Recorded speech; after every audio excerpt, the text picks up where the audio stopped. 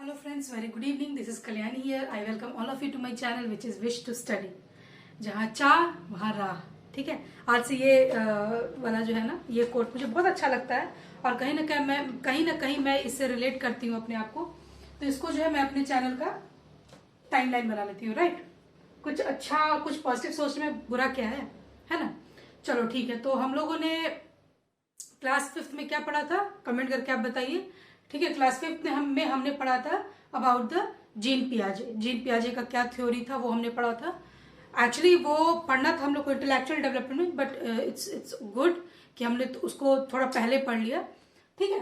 तो आज जो है हमने 2 कॉन्सेप्ट्स क्लियर कर लिए हैं. अगर मैं सिलेबस देखूं as per the Bangalore Central University BEd syllabus. ठीक है. ये फिर से मैं बता रही हूँ आपको, ये जो सिलेबस है ना, ये सभी जगह ऑलमोस्ट सेम ही रहते हैं. ऐसा कुछ नहीं है कि कहीं पे मतलब 4 चीजें एक्स्ट्रा ऐड कर दी हैं या कहीं पे कम है. चीजें हर जगह सेम है, हर जगह सेम ही कॉन्सेप्ट है, बस उसको थोड़ा सा 19-20 कर दिया गया है, इतना ही.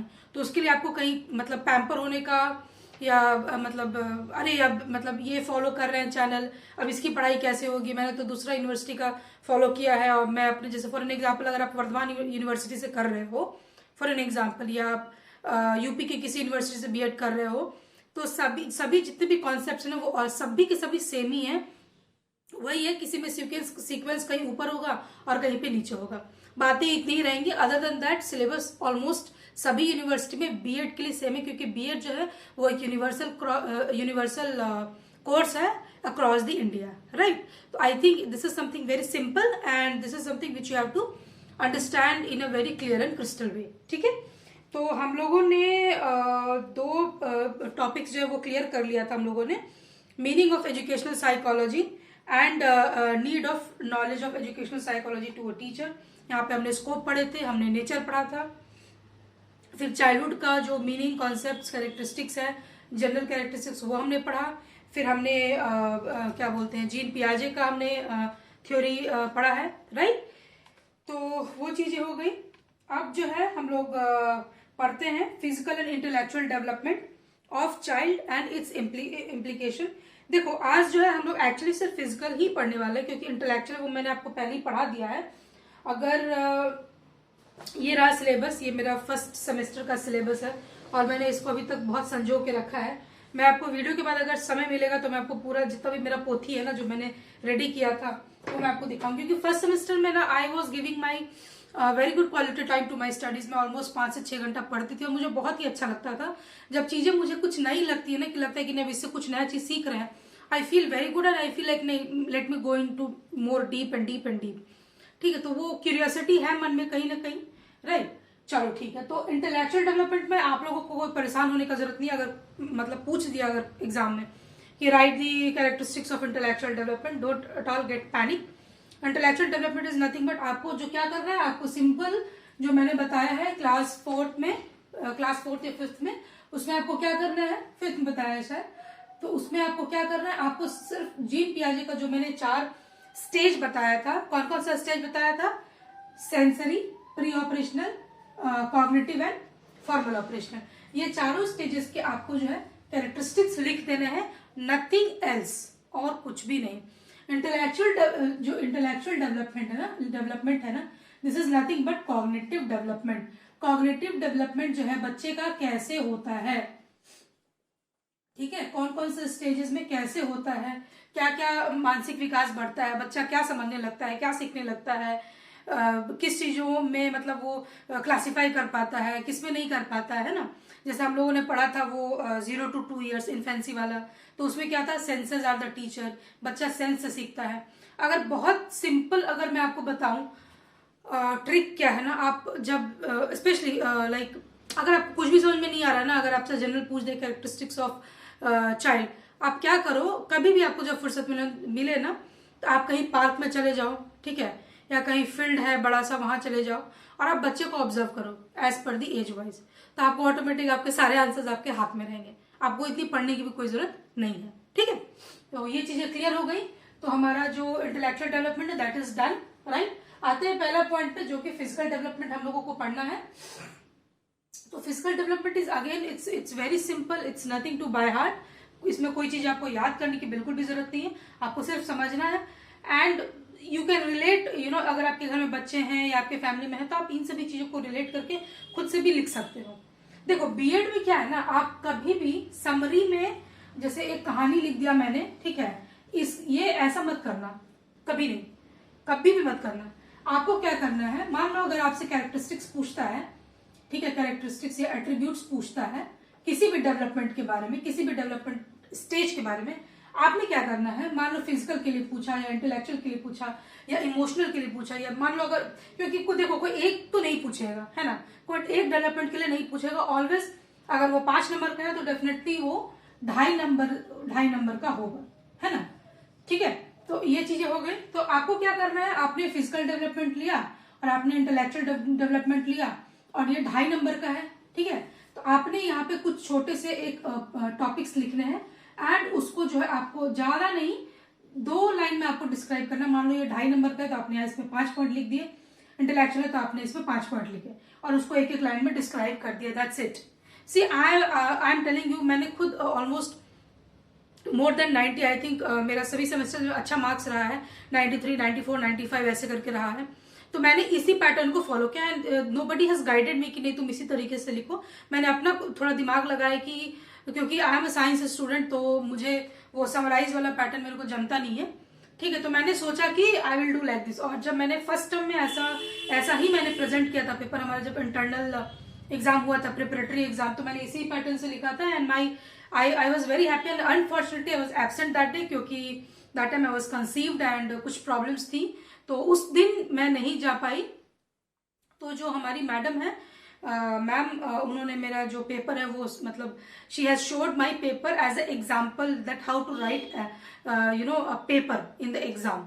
तो वो मुझे बहुत अच्छा लगा, मुझे पता भी नहीं था, I just got to know from my classmates, so I felt very happy, very happy, ठीक है। तो आपको बस यही पैटर्न फॉलो करना है। देखो अगर आप इवेल्युएटर पे अगर जाओगे ना, तो अगर आप इवेल्युएटर के हिसाब से सोचोगे कि अरे यार क्या नाम है 5 नंबर का 1.5 पेज तो भरना है ना, तो बहुत सारे टाइप के इवेल्युएटर्स होते हैं, जैसे कोई पेज गिनेगा, कोई मतलब कंटेंट देखेगा, तो इसमें क्या होगा आपका पेज भी भर गया, है ना, मतलब 5 नंबर का तो आपका 1.5 पेज तो आराम से भर जाएगा। एंड प्लस आपने जितने भी कंटेंट्स है, जितने भी कॉन्सेप्ट, जितने भी टॉपिक्स हैं, आपने सबको यहाँ पे जस्टिफाई किया है, सबको आपने मेंशन किया है, तो there is no question of deducting. आपको मान लो 5 नंबर है ना, तो एटलीस्ट आपको यहाँ पे 4.5, तो 5 में से 5 थोड़ा मतलब कंजूसी थोड़ा वहां हो जाता है, नहीं दे पाते हैं टीचर, और देते भी हैं, ऐसा नहीं कि नहीं देते, देते हैं, बट अगर बहुत ही सेफर साइड में हुआ ना तो आपका कम से कम 4 नंबर तो यहाँ पे रखा हुआ है, फिक्स है, ठीक है। चलो फिर ये चीजें हो गई। अब आते हैं अपने, मैं वीडियो को ज्यादा लंबा नहीं करना चाहती हूँ, चलो ठीक है, फिजिकल डेवलपमेंट पे आते हैं, फिजिकल डेवलपमेंट ऑफ चाइल्डहुड। इसमें क्या है, हम लोग को क्या पढ़ना है कि मतलब क्या कैरेक्टरिस्टिक्स क्या है ना, तो development and growth of muscles and other parts of the body, ठीक है, ये आपका फर्स्ट पॉइंट है। आपसे जब पूछे कि explain the characteristics of physical development, तो आप अपने शब्दों में इस तरीके से लिख सकते हैं कि physical development is nothing but physical development is growth of muscles and other part of the body, ठीक है। Gross and fine Motors skill development, ये भी डेवलप होता है, राइट, डेवलप होता है, क्या डेवलप होता है, तो gross and fine motor skill. Develop their coordination, control and movement, definitely जब फिजिकल डेवलपमेंट हाई होगा, बढ़ेगा, तो क्या होगा, जो coordination between I and hand होता है बच्चे का, है ना, जो कंट्रोल होता है, जो मूवमेंट होता है, बैलेंसिंग करना अपने आप को, ये सभी चीजें बहुत हद तक सही हो जाती हैं, राइट। अब आते हैं तीसरे पॉइंट पे, क्या है, in case if the fine motors skills are not develop. देखो अब इसमें क्या है, आपका फाइन मोटर्स भी डेवलप हो रहा है, ग्रॉस मोटर्स भी डेवलप हो रहा है। पहले कौन सा मोटर डेवलप होता है वो थोड़ा आप मेरे को बताना, या मैं ही बता देती। देखो पहले आप ये क्वेश्चन ना आपके कॉम्पिटिटिव एग्जाम में भी आता है कि पहले जो है मतलब initially which kind of motor skill get develop, तो आप कम कंफ्यूज हो जाओगे कि ग्रॉस मोटर या फाइन मोटर। तो आपको ये याद रखना है, ग्रॉस मोटर मतलब जैसे मसल्स हो गए, बॉडी हो गया, हाथ पैर, है ना, ये सभी चीजें, तो ये सभी तो चीजें जल्दी बढ़ती हैं, राइट। लेकिन जो फाइन मोटर्स मतलब छोटी छोटी चीजें हमारे शरीर में, जैसे अब जैसे मेरा ये हाथ है, तो बच्चा जो है, अगर आप 2 साल के बच्चे को अगर आप दो क्रेयॉन्स पकड़ने के लिए, तो वो पकड़ सकता है, but the child may not able to hold it properly. तो क्यों? क्योंकि उसका जो फाइन मोटर स्किल है वो डेवलप नहीं हुआ है। ठीक है, तो अगर मान लो फाइन मोटर स्किल अगर डेवलप नहीं होता है बच्चे का, तो क्या क्या प्रॉब्लम हो सकता है? उसको राइटिंग में प्रॉब्लम हो सकता है, इट में hamper the cognitive development of the child, cognitive skill पे भी डेफिनेटली बहुत बुरा अफेक्ट करेगा, राइट। उसका और भी जो भी मतलब उसके जो माइलस्टोन्स हैं उस पर भी अफेक्ट करता ही करता है, राइट। उसके बाद जैसे मान लो अगर बच्चा खेल रहा है, तो अब जैसे वो पकड़ नहीं पा रहा है बॉल, या वो फेंक नहीं पा रहा है ना, तो fine motor skills development is also very very important. So you should have these concepts in your mind. Slightly मतलब डिफरेंस है, ठीक है। तो ये चीजें आपको याद रखनी, क्योंकि देखो क्वेश्चन इस तरीके से पूछता है ना कि the question wants to you to get confused, right. And वो आपके जो मतलब थॉट है, कॉन्सेप्ट जो आपने बना के रखा है, जो अपना स्कीमा आपने माइंड में बना के रखा है, उसको पूरा प्रयास करता है कि कैसे वो आपके जो स्कीमा है उसको मतलब कंफ्यूज कर सके, राइट। चलो, अब यहाँ पे अगर 2 साल का बच्चा है तो वो क्या करता है? मैंने अभी बोला ना, आप पार्क वगैरह में चले जाना और जस्ट ऑब्जर्व 2 साल का बच्चा क्या कर रहा है, 3 साल का बच्चा, अप्रोक्सीमेटली आपको समझ में आ जाएगा कि हाँ ये लगभग 4-5 साल का बच्चा होगा, ये 2 साल का बच्चा होगा। अब जैसे मेरी बिटिया है, तो मेरी बिटिया अभी 2 साल की नहीं है, 2 साल से कुछ 2-3 महीना कम है अभी। तो she hold the ball, she throw the ball, right, she climb the stairs, she do all the kind of things wherever which is needed, and the fine motors and the gross motors are developing. So उस stage के हिसाब से वो हर एक activity कर रही है जो इस स्टेज के बच्चे को करना चाहिए, ठीक है। तो 2 साल का बच्चा क्या करता है? बॉल किक कर सकता है, वॉकअप कर सकता है, मतलब ऊपर अप एंड डाउन, स्टेयर्स ऊपर नीचे कर सकता है, दौड़ सकता है, चलता है ना, बॉल फेंक सकता है, वो छोटा जो गाड़ी आता है बच्चों के लिए जो हम लोग खरीदते हैं अपने टोडलर्स के लिए, वो चला सकता है, स्लाइडिंग फ्रॉम द वो बड़ा बड़ा खिलौना रहता है ना पार्क में हम लोग देखते हैं, वो स्लाइड कर पाता है, ठीक है। तो ये सभी चीजें आप लिख सकते हैं। 3 साल का बच्चा क्या करता है? फिर वो अगेन क्लाइंब कर सकता है, रन कर सकता है, वो ट्राई साइकिल जो आता है वो मतलब चला सकता है। 2 साल का बच्चा वो नहीं कर सकता। अगर आप अभी 2 साल के बच्चे को अगर आप वो ट्राई साइकिल दे दो तो वो नहीं चला पाएगा। हाँ, भले ही आप किसी से उसको पुश कर रहे हो, then the child may love to drive, but again if अगर आप उसको बच्चे को दे दो कि no you do individually, child will not able to do it, very rare. Catch the ball using the scissor, again ये सभी चीजें देखो, ये सभी चीजें जो है एकदम फाइन मोटर स्किल है ना, उससे मतलब उसका ये प्रभाव है पूरा। यूजिंग सीजर, अब सीजर भी अगर यूज कर रहा है ना बच्चा, अगर सीजर ले करके और किसी चीज को कटिंग कर रहा है, तो इट मीन्स कि उसका जो फाइन मोटर स्किल है, जो उसके हाथ का जो कोऑर्डिनेशन है, आई कोऑर्डिनेशन, उसका हाथ का hand coordination, I and hand coordination जो है वो मतलब अच्छा हो रहा है, डेवलप हो रहा है, डेवलप होते रहता है स्टेज वाइज, ये आपको याद रखनी है। Do hops and swings and can use fork and spoon, मतलब वो जो हम लोग रस्सी से ऐसे ऐसे खेलते थे ना पहले, स्किपिंग जो करते हैं, एक्सरसाइज करते हैं अपना वेट घटाने के लिए, जो मैं पहले किया करती थी अब नहीं कर रही हूँ, तो that's how I put on my weight, तो वो कर सकते हैं बच्चे। उसके बाद जो है can use forks and spoon, वो क्या बोलते हैं, स्पून यूज कर सकता है बच्चा, फोक यूज कर सकता है। इवन जो मेरी बेटिया है वो भी she is also using fork, she is using spoon to it. Definitely जब वो पकड़ रही है और खाने का कोशिश कर रही है तो एक आध दाना उसके मुंह में जाता है, बाद बाकी जितना है वो सारा नीचे चला जाता है, but at least it is getting develop day by day. तो ये कुछ चुनिंदा जो कैरेक्टरिस्टिक्स है, एट्रीब्यूट्स है, वो मैंने यहाँ पे लिख दिया है। आप चाहें तो इसमें और बहुत सारे जो आपको ऑब्जर्वेशन वाला जो पार्ट मिलेगा, आपको जो आपका आउटपुट मिलेगा आफ्टर ऑब्जर्विंग द चाइल्ड, वो आप इसमें ऐड जरूर से जरूर कीजिए, ठीक है। तो ये आज हमने physical and intellectual development of childhood हमने क्लियर कर लिया है। सो 1.3 कॉन्सेप्ट इज क्लियर, ठीक है। अब जो है हमारा बच्चा है 2-3 चीजें बची हैं ये फर्स्ट यूनिट में। फर्स्ट यूनिट के बाद हम लोग एडोलेसेंट वाला पार्ट भी खत्म कर लेंगे, यूनिट 1 एंड यूनिट 2। उसके बाद ये दोनों जब कर लेंगे उसके बाद हम लोग थोड़ा क्वेश्चंस डिस्कस करेंगे, and then after that we will go to, और बाकी के जो ये दो यूनिट मतलब यूनिट 3 और यूनिट 4 है उसको थोड़ा रहने देंगे, और फिर हम लोग आएंगे डीएमएससी में, क्योंकि डीएमएससी थोड़ा सा वास्ट है तो उसमें भी हम लोग को थोड़ा सा मेहनत करना है। मैं एक्चुअली बीच बीच में समय नहीं मिल पा रहा है, मैं सोची थी कि डेली एटलीस्ट एक वीडियो डालूंगी, बट समय नहीं मिल पाता है, बहुत सारी क्या बोलो, आप बोलोगे कि यार मैडम आप एनी टाइम गाती रहते हो, रोते गाते रहते हो, ठीक है।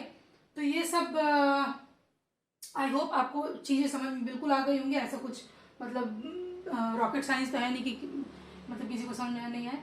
अच्छा चलो, एक बहुत अच्छा न्यूज़ है कि I am doing my this online teaching, online offline जो बोलो आप, ऑनलाइन ही टीचिंग है ये। तो मुझे इसके थ्रू आज 2 ऑफर्स आए, ठीक है। एक ऑफर एक मतलब एज अ ट्यूटर का था, again like they have a very good paying scale and they have just told me to work for 2 hours, so again it is very good।